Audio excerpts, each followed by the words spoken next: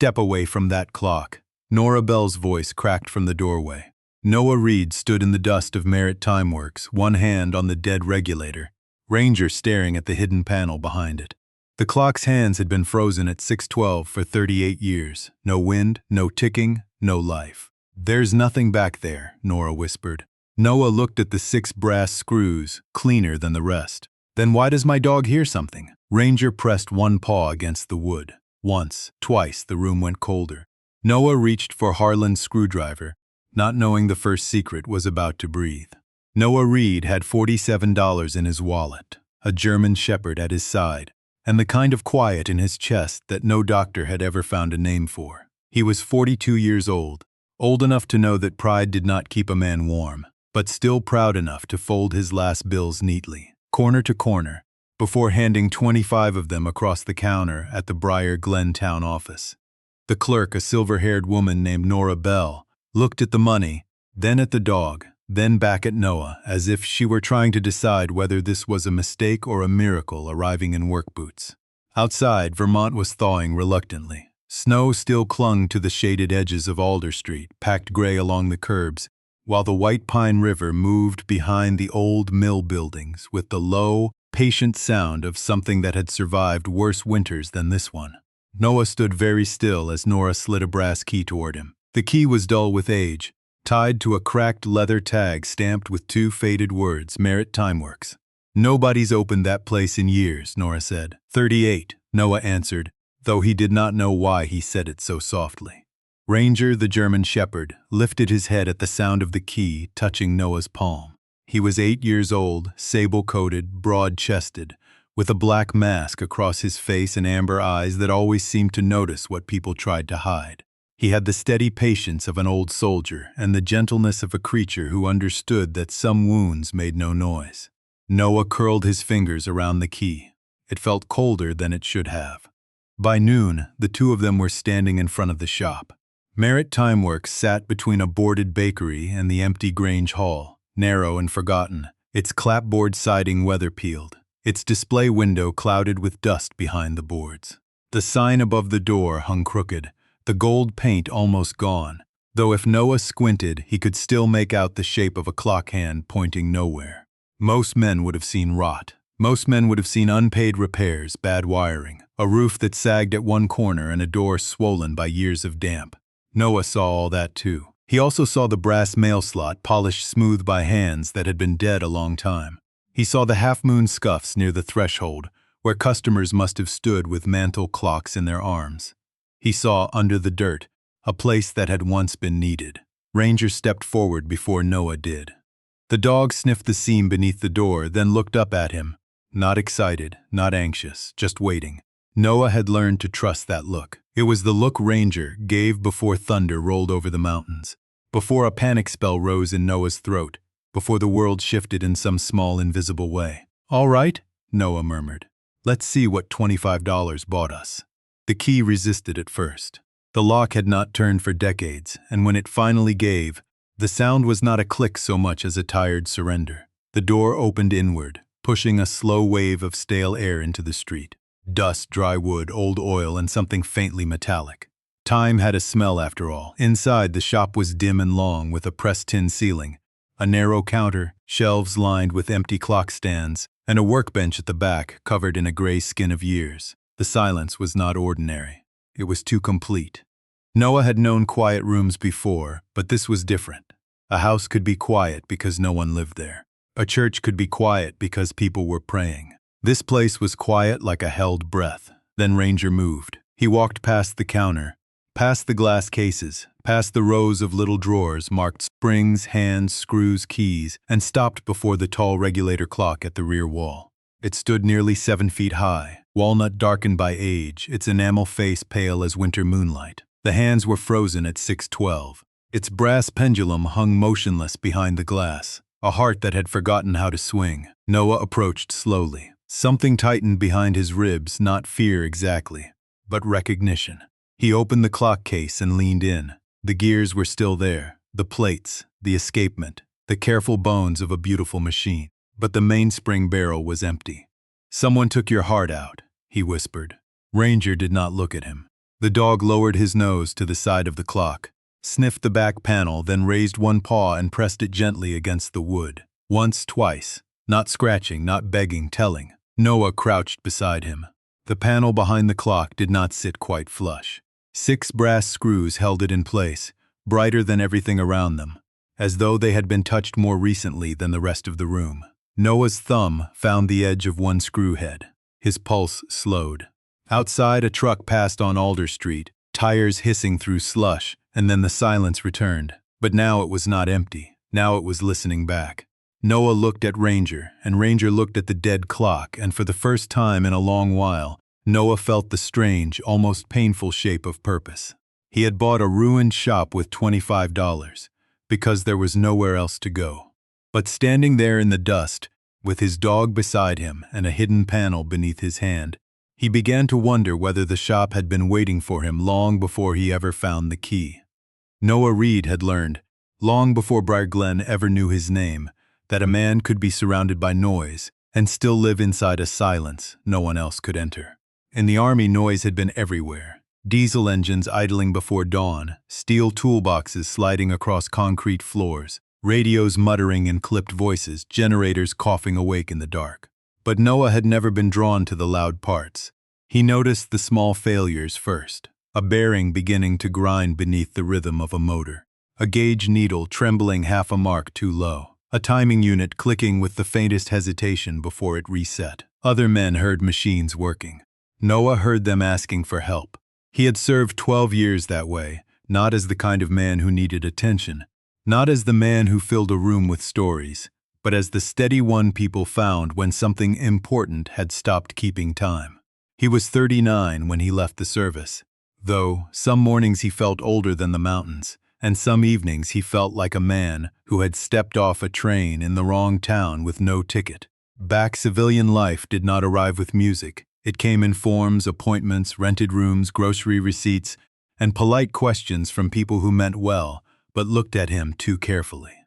Are you adjusting okay? Do you have support? Is there someone we can call? Noah learned to answer with the kind of half-smile that ended conversations. I'm fine, he would say, because fine was the word people accepted when they wanted to be kind, but did not know where to put another person's loneliness.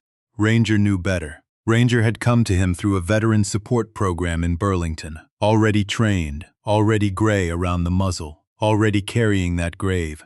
Intelligent stillness German shepherds sometimes have, as if they are reading weather systems inside the human body. The first night, Noah had expected the dog to sleep near the door.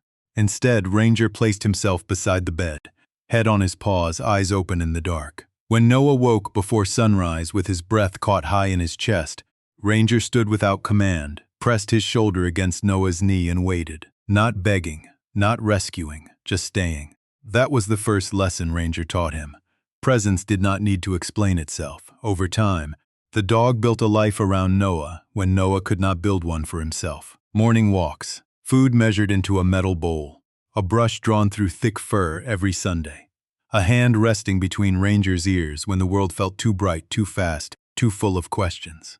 People thought Ranger helped Noah because he was trained to notice distress, and that was true enough. But the deeper truth was simpler. Ranger treated Noah like someone worth returning to every day. That kind of loyalty can embarrass a lonely man at first. Then it can save him in ways he would never say out loud. After the Army, Noah took repair work wherever he could find it: clocks, radios, old fans, sewing machines, anything with screws small enough to require patience. He rented a back room over a bait shop for a while, then a converted garage outside Montpelier. Then, when the garage owner sold the property, he slept in his pickup for 19 nights with Ranger curled on the passenger seat, warm and silent and uncomplaining. What Noah hated most was not the cold. It was the way some people's voices softened when they saw his situation, as if hardship had turned him into glass. He did not want pity. Pity made a man smaller. Work made him stand upright, that was why. Whenever someone placed a broken clock in his hands, something in him settled. A clock did not care where he slept. It did not ask what he had lost. It only asked whether he could listen closely enough to understand why it had stopped. And Noah could. He could hold a pocket watch to his ear and hear the drag in the fourth wheel. He could sense when a pendulum was not out of order, but out of patience, waiting for the case to be leveled, waiting for someone to respect the old laws of weight and balance. He often thought machines were kinder than people in that way. They did not pretend. They did not flatter. They simply revealed in their own quiet language what had gone wrong. So when Noah stood inside Merritt Timeworks with Ranger beside him and the dead regulator clock before him, he did not feel like a man buying a building. He felt, though he would not have admitted it, like a man being recognized by something old, something wounded, something that had also been left standing in silence while the town walked past. The shop did not need his sympathy. It needed his hands. And maybe, though Noah was not ready to believe it yet, he needed the shop for the same reason. Noah had not always known clocks. He had known engines first and field radios and timing modules sealed in gray metal boxes, the kind of equipment men trusted without thinking, until the day it began to drift. But clocks came later, after the uniform was folded away, after the rented rooms, after the long mornings, when the world seemed to start without asking whether he was ready. He met Harlan Whitcomb on a Tuesday afternoon in Burlington, in the back room of a veterans community center that smelled of coffee, floor wax, and old paper. Noah had gone there because someone at an employment office had circled the address on a pamphlet and told him there were programs. He disliked that word. Programs sounded like places where people spoke gently at you until you nodded. He almost left before signing in. Ranger was the reason he stayed. The dog paused outside a half-open door, ears lifting, nose pointed toward the faintest sound coming from inside. Tick, tick, tick. It was small, uneven, almost swallowed beneath the heating vent. Noah stopped too. Inside the room sat an old man with white hair combed straight back and hands marked by liver spots and tiny scars. Before him on a green felt mat lay a mantel clock in pieces, its brass movement open like a rib cage. The old man did not look up right away. "If you're going to stand there listening," he said, "you may as well tell me what you hear." Noah glanced behind him, thinking the man must have been speaking to someone else. Ranger sat at his heel, calm as a judge. Noah cleared his throat. "It's losing time." The old man lifted one eyebrow. "How much?" Noah listened again. The tick had a limp to it, a hesitation on one side of the beat, as if the little machine were stepping carefully over a sore foot. "Maybe 3 minutes a day," he said. The old man finally looked at him, and something like amusement moved through his eyes.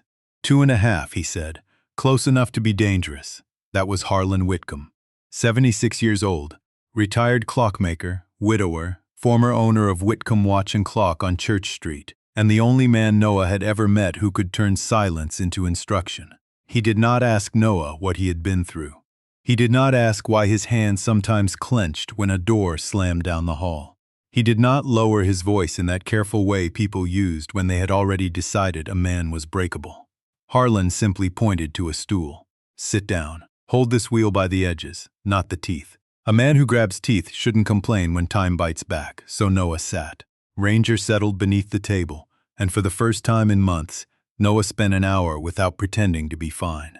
Harlan taught by refusing to hurry. He showed Noah how to lift a movement from a case, how to let the screws rest in order, how to clean old oil from pivots without polishing away history. He said every clock had 2 stories, the one the owner told you and the one the movement told when the case was opened. "Believe both," Harlan said.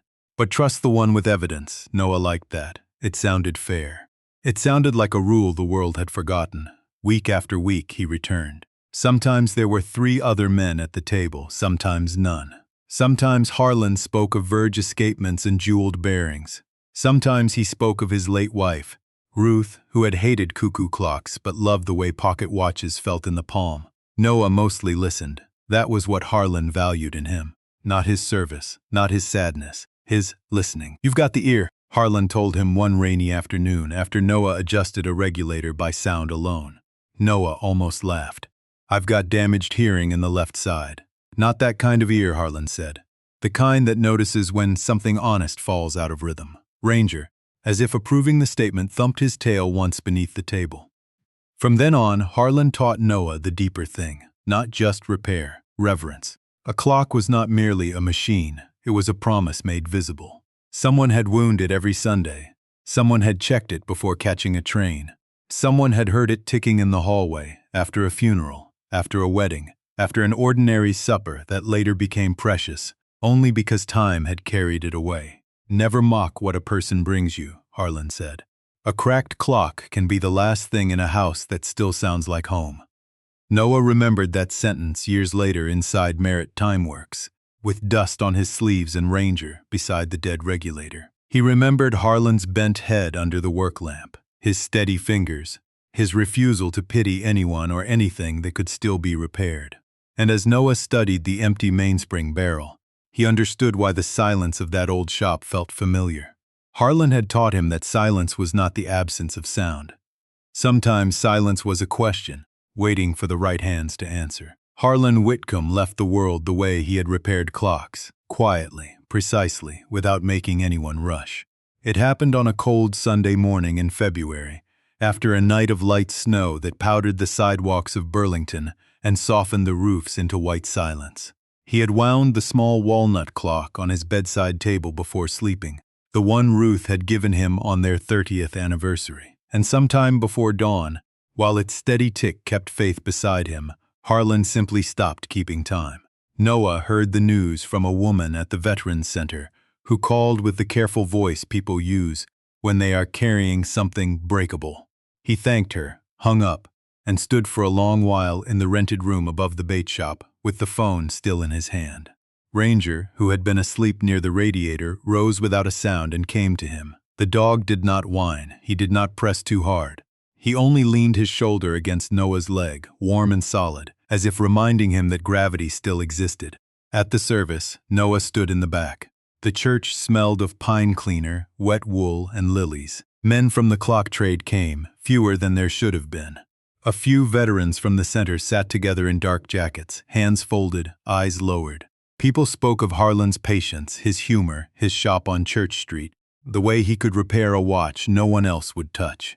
Noah listened to all of it and felt a strange ache behind his sternum, not sharp, not dramatic, just heavy enough to make breathing feel like work. He had known grief before, but this grief was different. It did not arrive like a storm.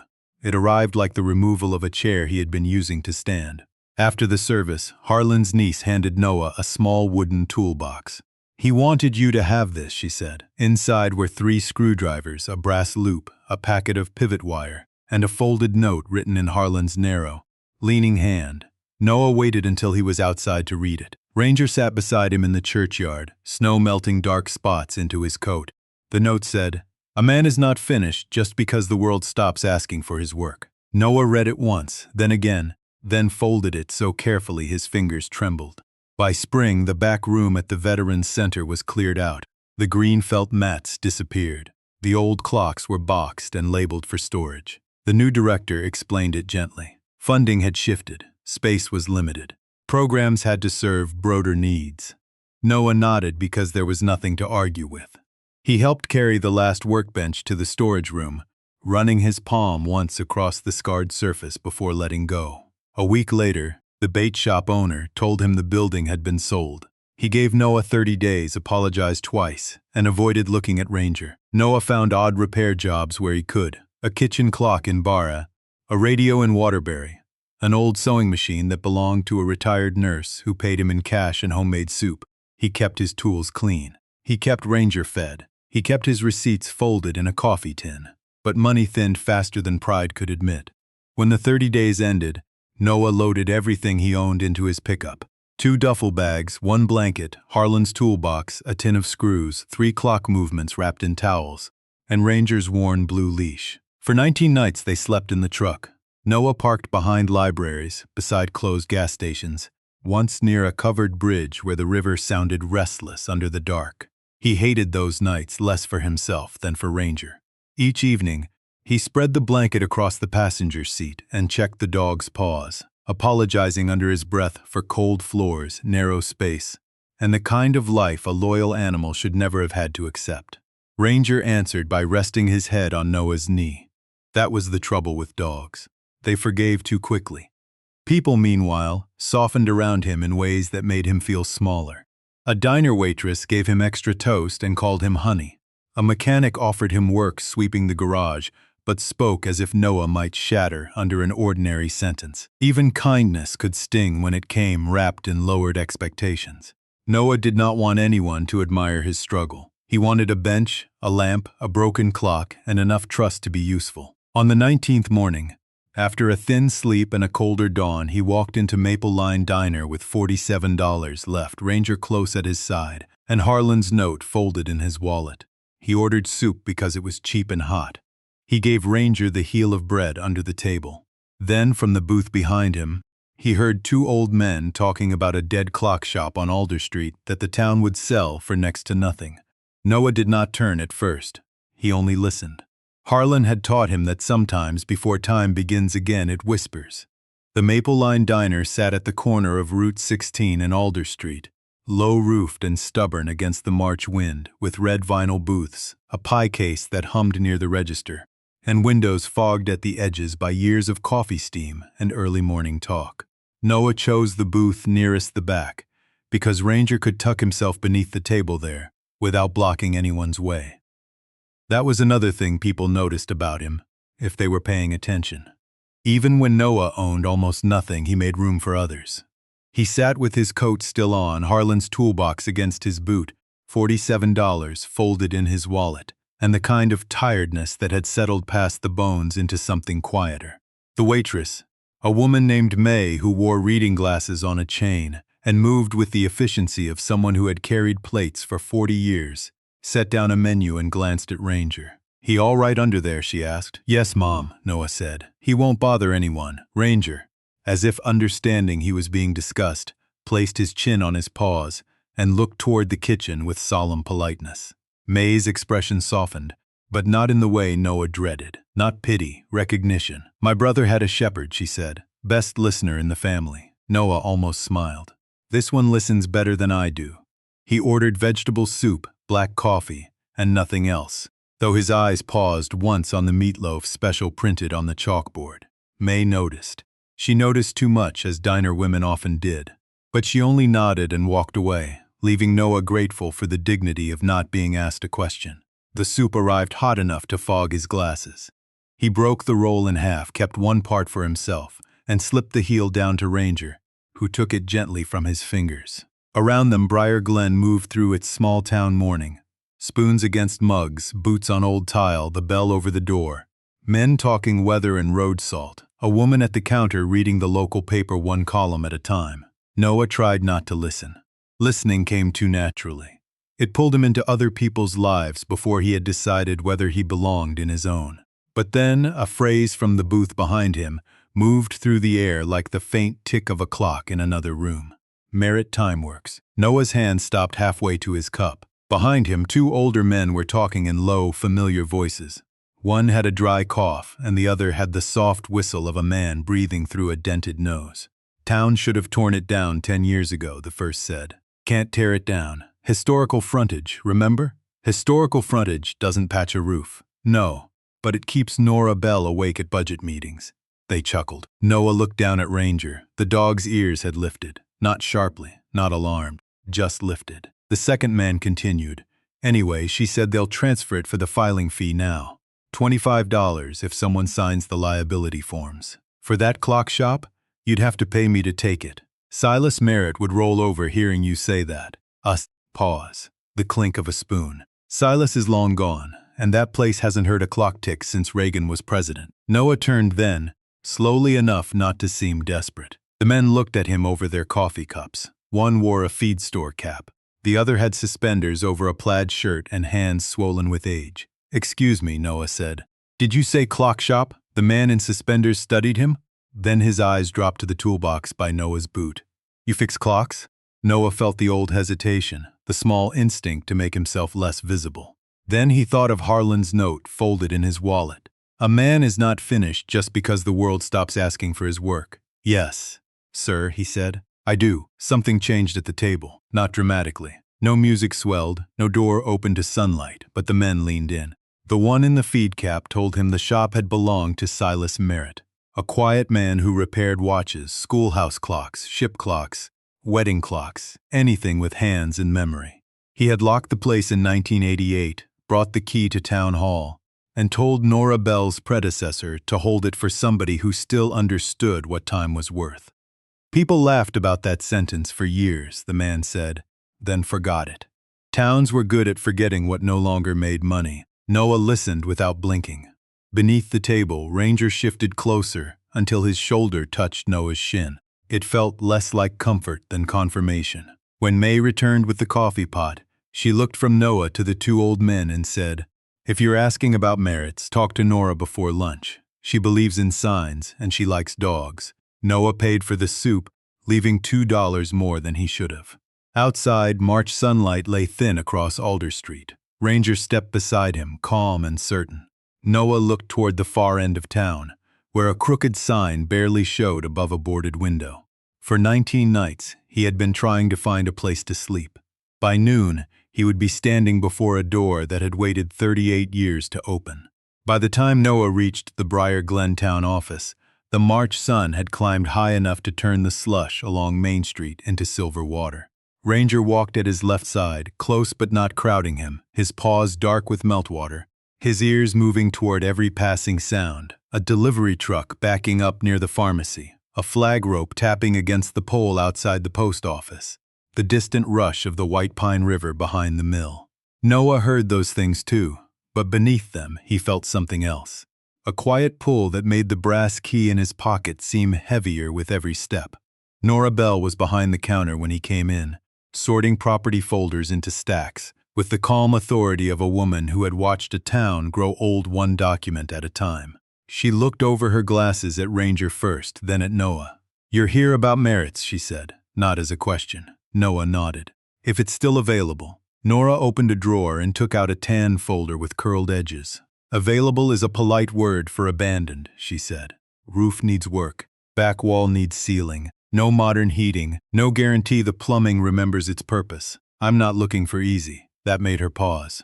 Not long, just enough for Noah to feel the sentence standing between them. Nora studied him the way small-town clerks study people. Not to judge, exactly, but to decide whether a piece of paper is about to become a life.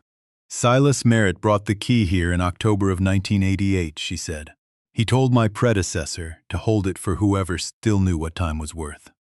Folks thought that was charming for about a week, then inconvenient for 38 years. Noah placed $25 on the counter. The bills were clean, flattened, handled with care. Nora looked at them, then slid the transfer form toward him. When he signed his name, his hand did not shake, but something inside him did. Not fear, not hope either. Hope was too large a word for a man who had learned to live by inches. This was smaller and sharper, the first click of a gear that had been stuck too long. Nora handed him the key. "Mr. Reed," she said, her voice gentler now but not soft with pity. "Whatever you find in there, take your time with it." Noah thanked her, and by early afternoon, he and Ranger stood before Merritt Time Works. Up close, the shop looked worse than it had from the diner window. The display glass was boarded from the inside. Old paint curled from the doorframe in strips. A vine had grown along the brick seam and died there, still clinging like a memory that refused to loosen. But the brass mail slot shone where countless hands must have brushed it, and the stone step was worn into a shallow dip at the center. People had stood here once. They had waited with watches in their palms, wedding clocks wrapped in towels, mantel clocks carried against their chests as carefully as family photographs. Noah touched the key to the lock. For a moment, nothing happened. Then the mechanism turned with a dry, reluctant scrape. The door opened inward. Stale air moved over him, carrying the scent of dust, walnut wood, dried oil, paper, and metal, cooled by decades of darkness. Ranger entered first, not boldly, reverently. The shop was long and narrow, lit by thin stripes of daylight that slipped through gaps in the boards. Shelves lined the walls.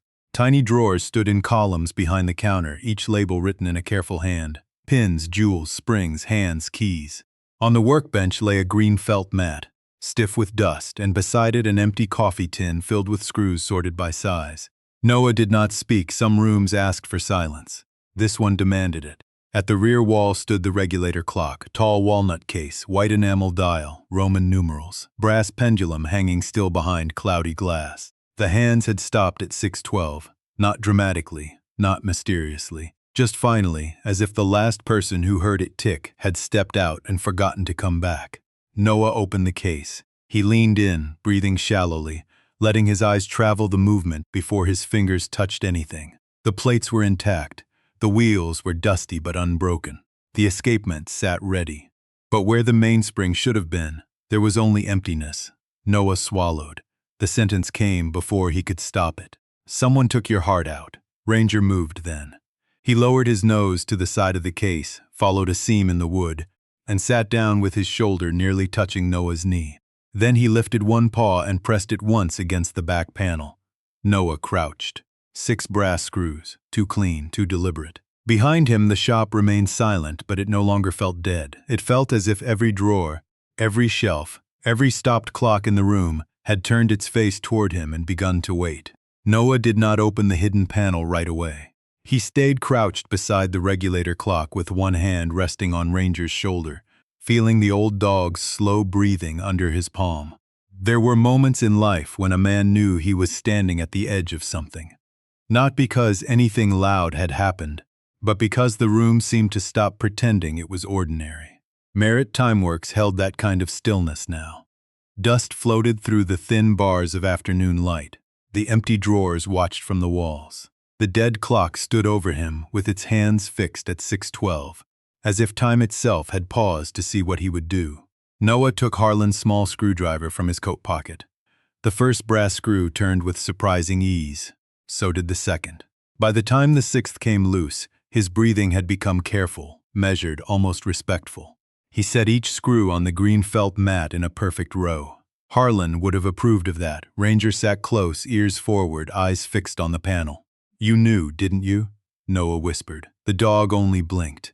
Noah worked his fingertips under the edge of the wood and pulled. The panel resisted for half a second, then came free with a soft sigh of air, the kind made by old places when they release a secret they have held too long. Behind it was a narrow compartment built into the wall of the clock case. Inside lay 3 objects, arranged not carelessly, but with intention. A brass mainspring barrel wrapped in oilcloth, a heavy canvas pouch tied with a leather cord, and a cream-colored envelope yellowed at the edges. Noah reached for the envelope first. On the front, written in a steady hand, faded brown with age, were the words, "To the one who hears the silence." His throat tightened before he opened it. He did not know Silas Merritt. He had never seen the man's face. Yet the sentence felt addressed to some private part of him that had been waiting years to be named. The letter was dated October 18, 1988. Silas wrote that he had repaired clocks in Briar Glen for 41 years. He had mended anniversary clocks, schoolhouse clocks, railroad watches, kitchen timers, grandfather clocks, and one brass carriage clock a woman brought in every September because it had belonged to the husband she still set a place for at Christmas. He wrote that a town tells time through its people before it ever tells time through its clocks. Then the town changed. Digital watches arrived. Battery clocks grew cheap. People stopped repairing things because replacing them was faster. Silas did not blame them. He underlined that twice. "I do not blame people for wanting life to be easier, but I worry what happens when easy teaches us that nothing is worth patience." Noah paused there. Ranger shifted, resting his muzzle against Noah's boot. The next paragraph explained the regulator. Silas had removed the mainspring himself on the last night the shop was open. He had done it not out of bitterness, but as a test. Without the spring, the clock is furniture. With the spring, it is alive. Whoever finds this and understands the difference may understand the shop.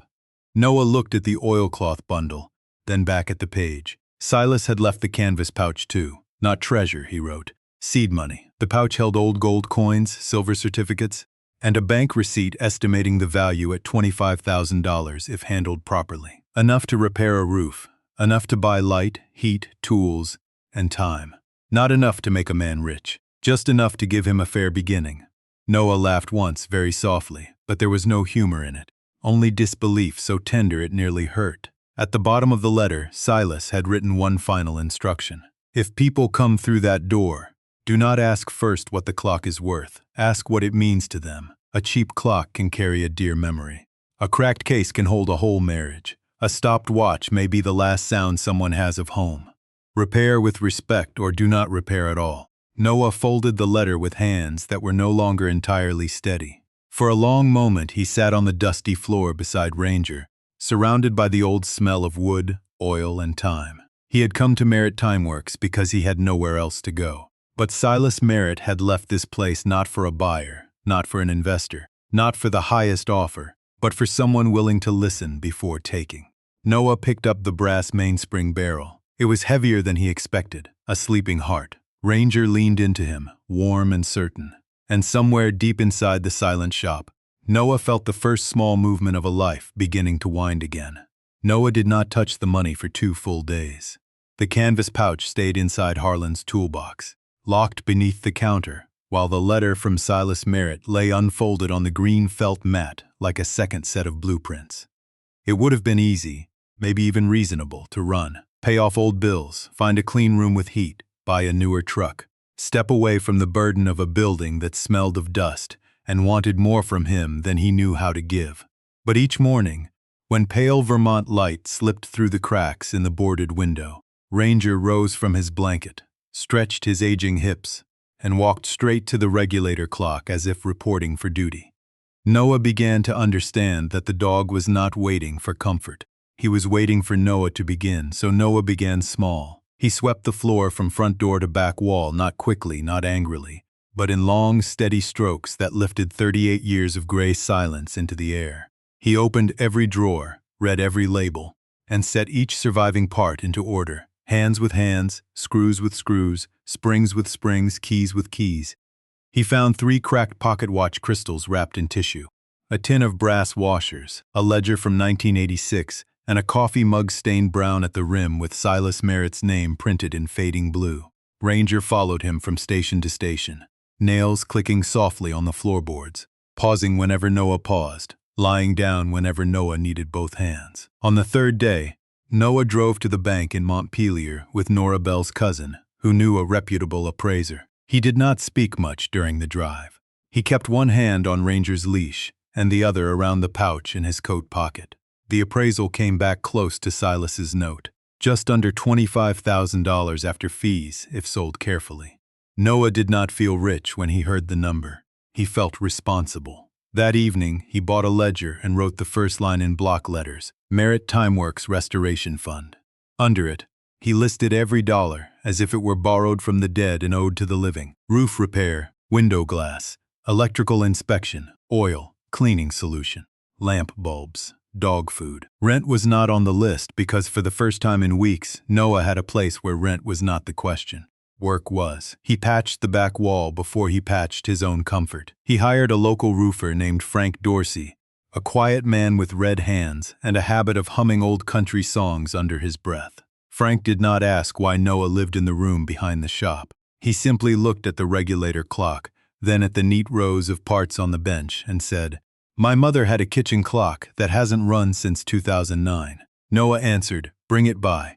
That was the first repair request, though the sign on the door still said closed. By the end of the week, Nora arrived with 2 mugs, a cast-iron skillet, and a folded quilt that smelled faintly of cedar. No charity, she said before Noah could refuse. Town property had these in storage.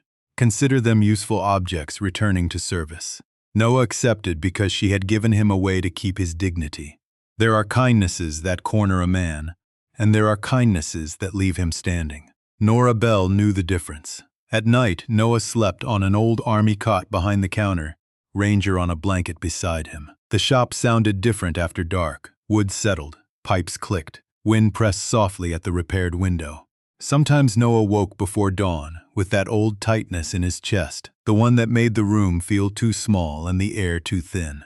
Ranger would lift his head immediately, cross the few feet between them, and place his muzzle against Noah's hand. No speeches, no cure. Just the warm fact of another heartbeat in the dark. Slowly the shop changed. Dust gave way to grain, glass began to shine. The brass mail slot caught the morning sun. Noah removed the boards from the front window and washed the pane until Alder Street appeared through it like a world forgiven. He painted the door deep green because Silas's old ledger mentioned that color twice. Then he took the regulator movement apart, piece by piece, laying its bones in order. He cleaned old oil from pivots, checked the teeth, polished only what needed polishing, and left the rest of the age alone. Harlan had taught him that restoration was not the same as erasure. A thing could be made whole without being made young.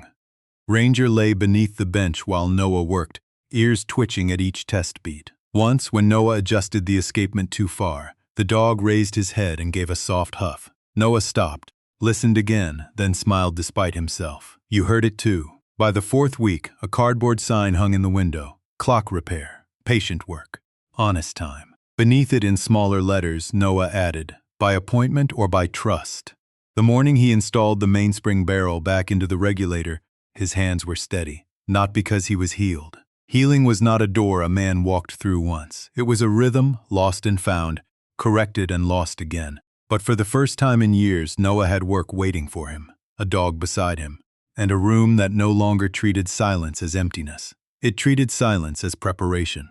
On the morning Noah chose to wind the regulator, Briar Glen woke under a clear April sky, the kind of sky that made even old brick look forgiven. The river behind the mill ran high with snowmelt, and sunlight reached through the front window of Merritt Time Works for the first time in nearly 4 decades, without boards breaking it into prison bars. Noah had washed that glass twice before sunrise. He had swept the floor, wiped the counter, filled Ranger's bowl, and set 6 chairs in a half circle, though he had only invited 4 people. It was not meant to be a ceremony. Noah did not trust ceremonies. They made room for speeches, and speeches had a way of turning honest things into decorations. Still, word had moved through town in that quiet Vermont way. From May at the diner to Frank the roofer, from Frank to the post office, from the post office to Nora Bell, until by 10 o'clock a small group stood inside the shop, speaking in low voices as if they had entered a chapel. Nora came first, wearing her blue wool coat, though the day was warm enough not to need it. May brought a covered plate of biscuits and placed them on the counter without comment. Frank Dorsey arrived with his mother's kitchen clock wrapped in a towel, and behind him came Arthur Pike, the retired mail carrier, holding a pocket watch in both hands like a bird he did not want to frighten. Noah greeted each of them but briefly. His attention kept moving back to the regulator at the rear wall. Ranger lay beneath the workbench, head up, ears alert, his sable coat brushed until it shone in the light. He seemed to understand that the room was waiting for a sound. At 10:15, Noah closed the front door. The little bell above it gave a dry ring, startled by its own usefulness. He crossed to the regulator with Harlan's screwdriver in his shirt pocket, and Silas Merritt's letter folded inside the ledger on the bench.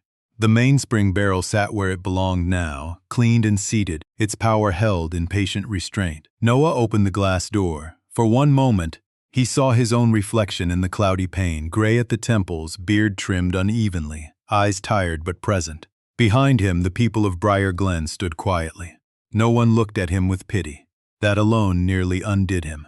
They were not there to watch a broken man become inspiring. They were there because an old clock might live again, and because maybe, in some private corner of each of them, they needed proof that stopped things were not always finished. Noah set the pendulum in motion. It swung once, left to right, with a slow brass dignity. He adjusted the beat, listening past the room, past the river, past his own pulse. The first tick came faint and uneven. Ranger lifted his head. Noah turned the regulator screw a hair's width. The second tick answered more cleanly. Then came the tock, a small sound, almost nothing. Yet Nora pressed 2 fingers to her mouth. Arthur Pike lowered his head. Frank stopped breathing for half a second. Noah adjusted again, not by sight now, but by the old language Harlan had taught him. Hesitation, balance, return. Tick-tock, tick-tock. The sound gathered itself, found its feet, and began to fill the shop. It moved over the counter, into the drawers, along the shelves, across the worn threshold where customers had once waited with clocks in their arms. It did not sound new. That was the beauty of it. It sounded remembered. Ranger rose slowly and walked to Noah's side. He leaned his shoulder against Noah's leg, not heavily, just enough to say he was there when the silence ended. Noah rested one hand between the dog's ears. For a long moment, nobody spoke. The regulator kept time with the calm authority of something that had survived being forgotten. Finally, Arthur stepped forward and placed the pocket watch on the counter. "It was my father's," he said. "It doesn't have to be perfect." Noah looked at the watch, then at the old man's careful hands. "No," he said softly. "It has to be respected." Outside, Alder Street went on as before. Tires over wet pavement, a crow on the Grange Hall roof, the river moving east. But inside Merritt Time Works, after 38 silent years, time had returned not as a number, not as a business, not as a miracle loud enough for headlines. It returned as a steady sound in a small room, beside a veteran who had found work, a dog who had heard the silence first, and a town remembering how to listen. 3 years later, the sign above the narrow green door no longer read Merritt Time Works, though Noah had kept the old board hanging inside where the morning light could touch it. Outside, in careful gold letters painted by Frank Dorsey's niece, the new sign said Reed and Ranger Time Works. Beneath it, smaller and humbler, were 5 words Noah had chosen himself: patient work, honest time. The shop still sat on Alder Street, between the old bakery and the Grange Hall, but people no longer passed it as if it were part of the weather. They slowed now. Some looked through the clean window at the clocks along the wall, each one moving in its own little rhythm. Some stepped inside carrying watches wrapped in handkerchiefs, mantel clocks buckled into passenger seats, or cardboard boxes filled with parts they were almost embarrassed to show him. Noah never laughed. He never began with the price. He would lay both hands on the counter, look at what they had brought, and ask, "What does this one mean to you?" That question changed people. It made a retired teacher tell him about the clock that had hung above her kitchen table for 46 years. It made a truck driver admit that the watch in his palm had belonged to the only uncle who ever believed in him. It made Nora Bell bring in a small alarm clock she had kept in a drawer since her mother's final apartment was cleared out. Sometimes the stories were long.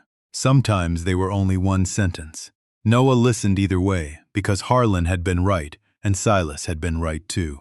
A clock had 2 histories, the one made of gears and the one made of hands that had wounded it. Ranger had grown slower by then. His muzzle had turned white around the edges, and on cold mornings his hips took time to remember their work. But he still rose when Noah rose. At 7:10 every morning, Noah opened the regulator case at the back of the shop, took the brass key from its hook, and wound the mainspring that Silas Merritt had hidden for 38 years. Ranger would stand beside him if he could. On tired days, he watched from his blanket under the bench, ears moving softly to the first strong tick of the day. Noah always looked back at him. "Still keeping me honest, old man?"